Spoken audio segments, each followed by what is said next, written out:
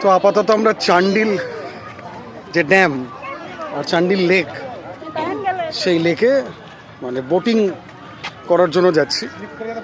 কিন্তু একটা জিনিস মনে রাখার দরকার যে চান্ডিল স্টেশন থেকে এই চান্ডিল লেকটা কাছে, কিন্তু প্রপার পুরুলিয়া থেকে কিন্তু বেশ খানিকটা দূরে। প্লাস টোল আর রেলওয়ে ফটক যেগুলো, এইগুলোর জন্য প্রচুর পরিমাণে টাইম কিন্তু কনজিউমড হয় এবং এনার্জিও প্রচুর দরকার। অনেকটা উপরে, অনেকটা হেঁটে উপরে উঠতে হয়, টাইম হাতে নিয়ে বেরোনোটাই প্রয়োজন।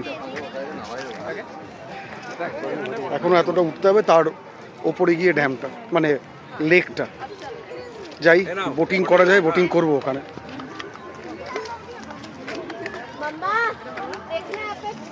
সবাই আমরা একটু খানিক বিরতি নিচ্ছি।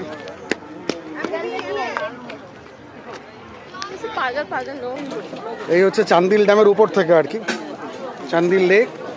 আর কিছুক্ষণ পর বোটিং করব।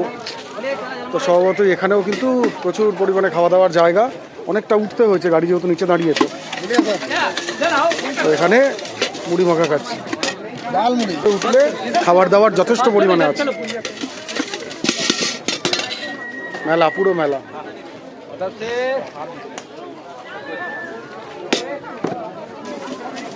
কত যে ভিডিও বানাচ্ছি। আচ্ছা, beautiful Chandil lake.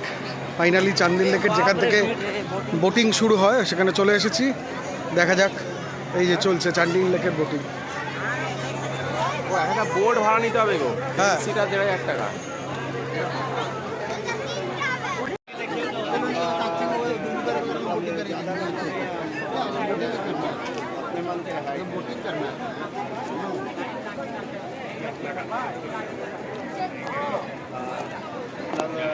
Chandil Lafarge Lafarge জাম করতে করতে না, জাম করতে করতে। হ্যাঁ, এই তো ওঠ।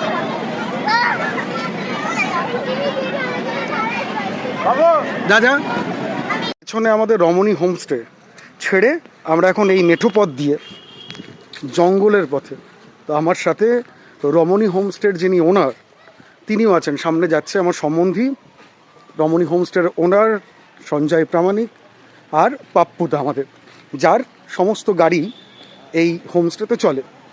তো একটু জঙ্গলের দিকে যাচ্ছি আমরা আজকে, আর কিছুক্ষণ পরে আমরা বেরিয়ে যাব। তাই জঙ্গলের দিকে একটু ঘুরে আসি। ওদিকে মাঠা বুড়ো, পেঁচা বুড়ো আর গোর্গা বুড়ো দেখা দিচ্ছেন।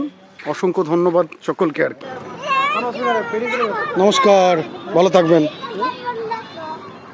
এই গ্রামের একজন বয়স্ক লোক।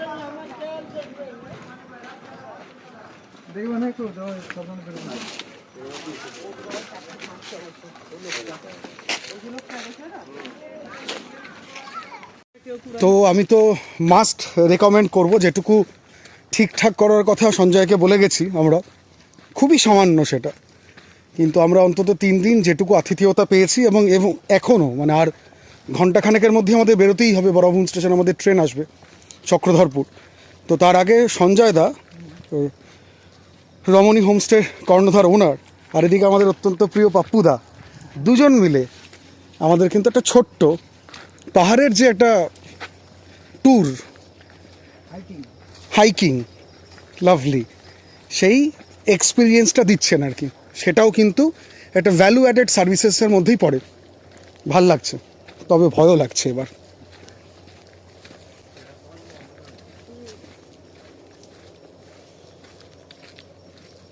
গভীর জঙ্গল।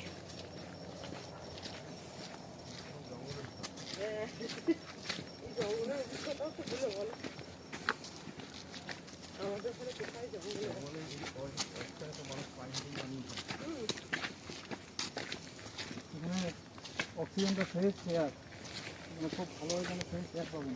কি পাবো? অক্সিজেন মানে বাতাসটা খুব ভালো। হ্যাঁ, পিওর একদম। তো এখানে থাকে ময়ূরগুলো, অন্ধকার বলে এখন দেখতে পাওয়া যাবে না। ওই যে ধান ক্ষেতটা ওইখানে রয়েছে। আপনি হাতির কথাটা একটু বলো। হাতির এটা করিডোর, হাতির এটা এলিফ্যান্ট করিডোর। হ্যাঁ, এখানে আপনার হচ্ছে ডিসেম্বর মাসে যখন ধান মানুষ কেটে নেয়, সেই সময় মানে হাতিগুলো ধান খেতে আসে এখানে। আবার হাতিগুলো ধান খাওয়ার পর ওই মাঠাবুরু যে চূড়া আছে ওপরে উঠে যায়, ওপরে মাঠাবুরু উঠে যাওয়ার পর ওখানে রেস্ট করে আবার নিচে ফিরে আসে ধান খেতে। আর এই রাস্তা দিয়ে হাতির প্রায় আনাগোনা। এটা মাঠা রিজার্ভ ফরেস্ট। তো মাঠা রিজার্ভ ফরেস্টের নিচেই হচ্ছে আমাদের হোমস্টে। রমণী। তো এর মধ্য থেকে তাহলে লুকিয়ে যাবো। প্রচুর শিয়াল আছে, প্রচুর শিয়াল দেখো রাত্রিবেলা দেখবেন শিয়ালের আওয়াজ বেরিয়েছে। এই হচ্ছে, হতে পারে হ্যাঁ শিয়াল, দেখলে শিয়াল আছে, শিয়াল আছে, হায়না আছে, প্রচুর হাইনা আছে জঙ্গলে। ও আচ্ছা আচ্ছা। এই জঙ্গলটা রিজার্ভ ফরেস্ট, হরিণ, হাইনা, বন শুকর, শিয়াল, সব কিছুই রয়েছে এখানে। বাবা হায়নাও তো মাংসাশী। হ্যাঁ মাংস ওরে বাবা রে। অসাধারণ একটা অভিজ্ঞতা কিন্তু। তাই চারদিকে শাল গাছের জঙ্গল। নিজেদের সাধ্যের মধ্যে রমণী হোমস্টের একদম আতিথেয়তা পেতে অবশ্যই থাকা যেতে পারে, এবং গা ছমছম একটা অভিজ্ঞতা সম্মুখীন কিন্তু হওয়া যেতেই পারে, এবং হওয়া উচিত জীবনে একবার, এটাই বলছি। কষ্ট হচ্ছে রমণী হোমস্টে ছেড়ে দিতে, সত্যি একটু কষ্ট হচ্ছে। খুব ভালো আতিথেয়তা, থ্যাংক ইউ সঞ্জয় প্রামাণিক, ওদের ফ্যামিলি বিজনেস এটা, Ramani homestay for all the hospitalities. Really will come back soon, আসবোই অবশ্যই। টাটা, গুড বাই, ভালো থেকো সবাই খুব। পুরুলিয়া সফর শেষ করে এবার ফেরার পালা। 180-12 চক্রধরপুর হাওড়া এক্সপ্রেসের জন্য অপেক্ষারত অবস্থায় আমরা বরাভূম স্টেশনে। 8:15 সময় শিডিউল টাইম, কিন্তু সম্ভবত 25 মিনিট কি আধ ঘন্টা লেট আছে।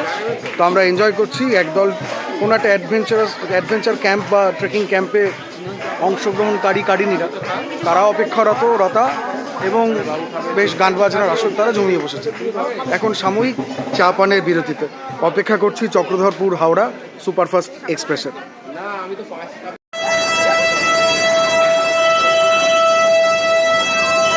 যে কোনো জার্নির শেষে হাওড়া স্টেশন বা শিয়ালদা স্টেশনের এই যে কর্মব্যস্ততা, এটা ভীষণ ভালো লাগার মতন বিষয়। তো আমরা অবশেষে পৌঁছে গেলাম পুরুলিয়া ট্রিপ শেষ করে আমাদের গন্তব্য হাওড়া স্টেশনে।